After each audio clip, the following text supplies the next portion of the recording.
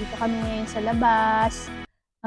Medyo, tignan mo, madilim yung panahon. Pero, dito kami sa garden. Sa Titignan garden. namin Tignan mo, yung ang ganda, oh. Ang dami kasi mga bulaklak. halaman dito, mga bulaklak. Tapos, tumubo na yung mga bulaklak. Ayan, oh.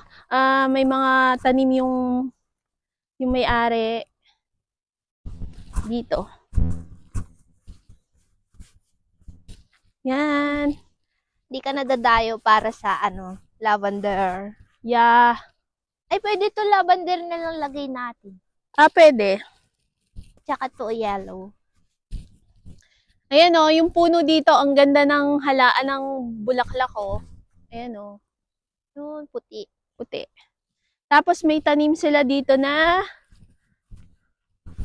mga tulips. Tignan nyo.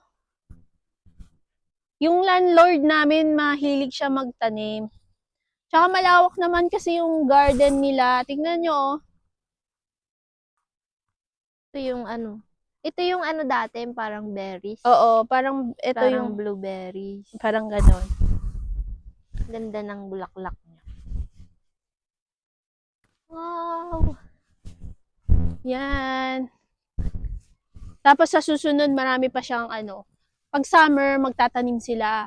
Diyan, may mga kamatis. Diyan siya magtatanim. Tapos, diyan, may raspberry diyan. Strawberry. Raspberry, doon may strawberry.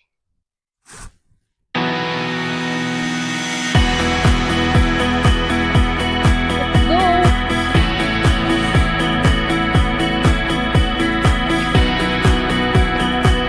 Let's go na!